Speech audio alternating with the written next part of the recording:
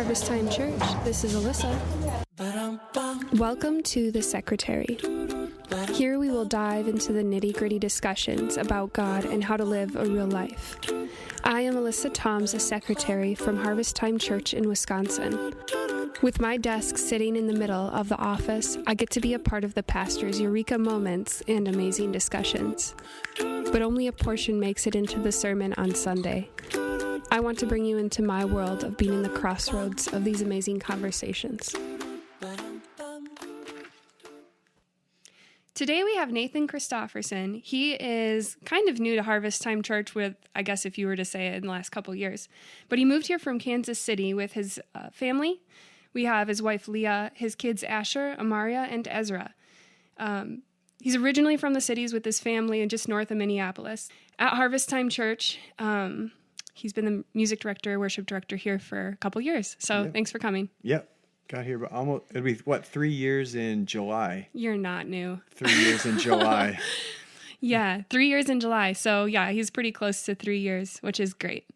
And it's been really great having you. I've noticed personally, just knowing you in the last 3 years or so, that you are very prophetic in your worship, which is really awesome. And it really fits well with Harvestime's core values. And when we go into worship, it fits well with like Pastor Kim's message and stuff. I do have a few questions for you. Today's episode's called Not Done With You, based on a song that you wrote. And so we're going to kind of talk about that and where you get your inspiration, because you do songs that are pretty well known on Sunday, and you're kind of leaning, I know you talked about doing some of your own songs at some point. But this is I'm kind of pushing you to do a song, and Awesome. And you seem excited about it. But this one, Not Done With You, I do want to know a little bit more about it. But first, before you came here, you were part of IHOP in Kansas City. Can you just explain a little bit about what that was like and what you did, kind of the time frame you were there, and things that you kind of picked up while you were there? Yeah, absolutely. So, pancakes are really good. So I decided to join IHOP. No, I'm just kidding. It's not International House of Pancakes, but it's IHOP KC is technically the acronym. But it's the International House of Prayer. And it's a missions base down in Kansas City. A nonprofit organization. They have a church as well, but the whole center of what they do is prayer and worship, intercession with worship around the clock. So 24/7, they have worship teams going, full worship teams. Every 2 hours, a new team comes in.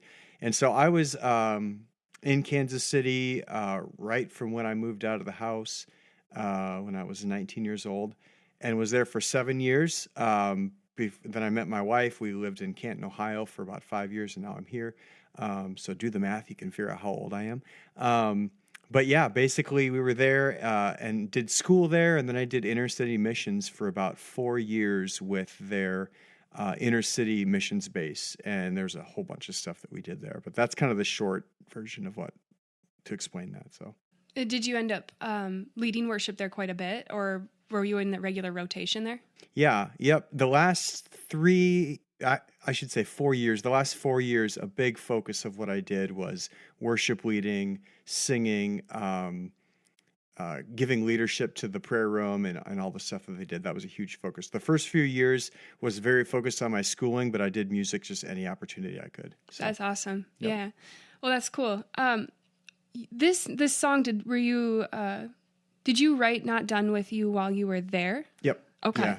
That's cool. All right. So you were kind of in the mode of 24-hour worship, and this kind of came up. Did it, could you tell us a little bit about like when you wrote it? How did the idea spark? Yeah, absolutely. Any ideas around it? Any stories around it? I know you said it had kind of a cool story. I'm excited to hear that. Yeah, it's a meaningful song to me because of the story that's behind it. But I wrote it around, I think, 2012 or so was when the original idea came to me. And I was leading a worship set. At that time, I was doing inner-city missions with their ministry called Hope City. And Hope City is essentially, it's an urban mission space. I mean, we had our own staff. They're still going today. In a very, very difficult neighborhood, lots of poverty, loads of drug abuse, gangs, murders, the whole deal. One of the worst zip codes in the country at the time, for murder, and it was just a really dangerous place. And so this inner city missions base runs a soup kitchen or a food pantry. They feed lunch every single day. They have services, and they have a prayer room at the center of everything that they do. And so in this place, this prayer room, we would be doing worship sets and prayer sets and all this stuff. I'd be leading worship, and people would be coming in off the streets drunk. They'd be coming in on drugs. We'd have people running from the cops, hiding in our chairs, ducked down in the aisles of police officers coming in when you're leading worship, looking for someone, just crazy stuff. And in that atmosphere, we were rubbing shoulders with people who needed to hear the gospel so badly. And so we would see 100 people getting saved in a year, saved and baptized, people getting off drugs, people getting out of gangs, the whole deal. And that's what I was doing at that time. I was immersed in it. I lived in that neighborhood. I'd moved with a group of friends to minister to that neighborhood. Me and my wife met there. I shouldn't say met. We got to know each other there really well. We did ministry together and all that stuff. And so I was leading worship one day in Hope City, and a friend, was in his 50s, came in. And his backstory is he got saved out of drugs. He got saved out of 30 plus years of alcohol addiction, and gave his life to the Lord. And he was in this process of God just redeeming his family. His family was getting reconciled with him. All this incredible stuff was happening. And he found out he had cancer. And I just heard the news. He told me, or someone had just passed the news on to me, and I'm just kind of playing this my set, and I see him, and the Lord just spoke to me, and in that moment, I basically wrote the core of the song right then. And the song is, like you said, it's from God's perspective to us, and so when I wrote that song, it was like God's perspective about this person's life, and not just him, but just in general. So that's kind of the short backstory of it. Yeah, that's super cool. And it's cool because I was reading it and I can see where that would apply.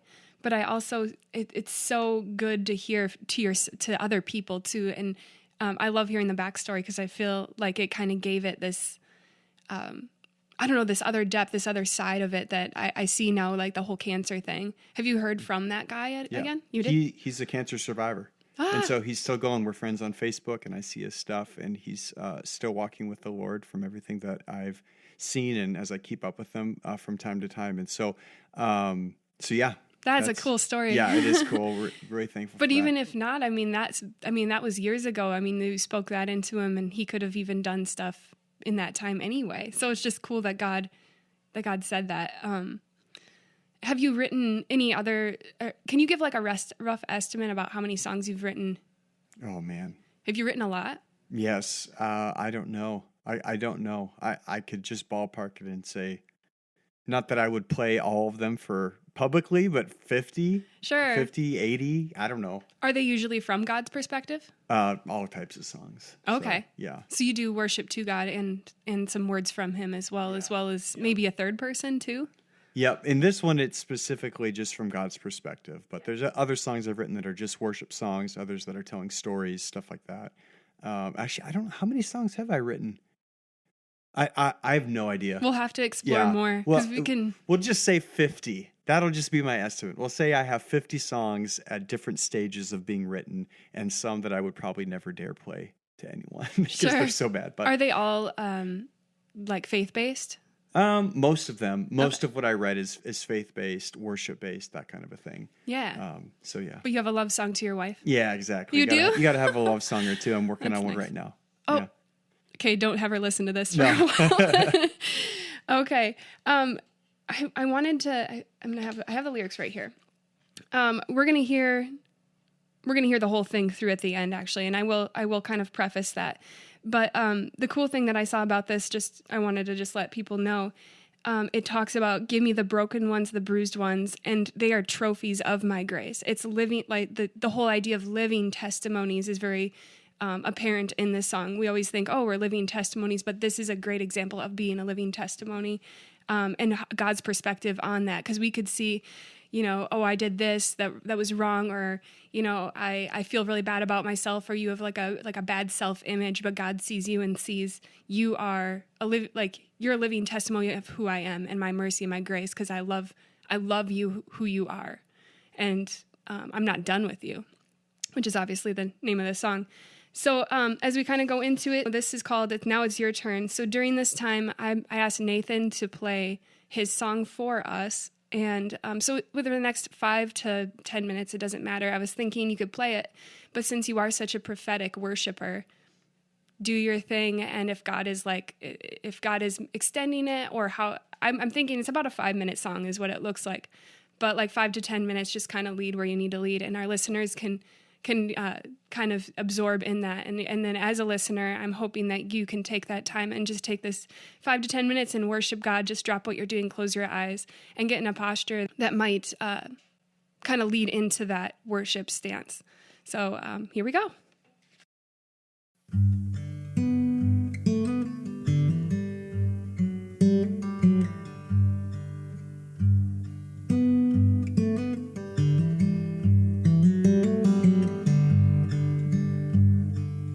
Give me broken ones and give me bruised ones, and I'll make you trophies of my mercy for all the world to see. The greatness of my mercy.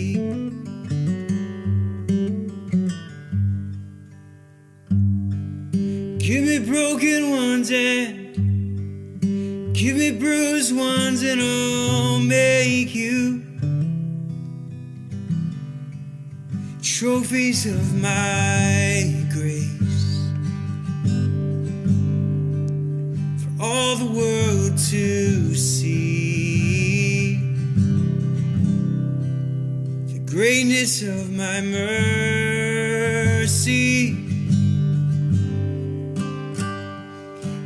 My hands will make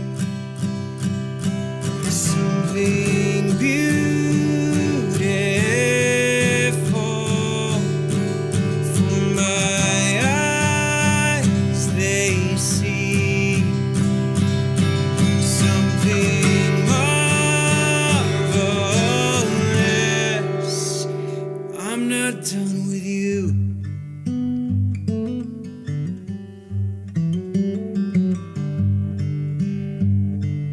Give me broken ones and give me bruised ones, and I'll show you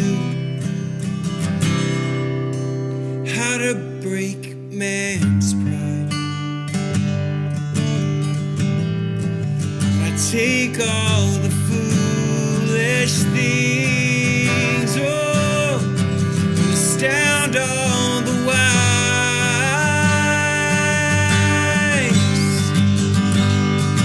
In my hands will make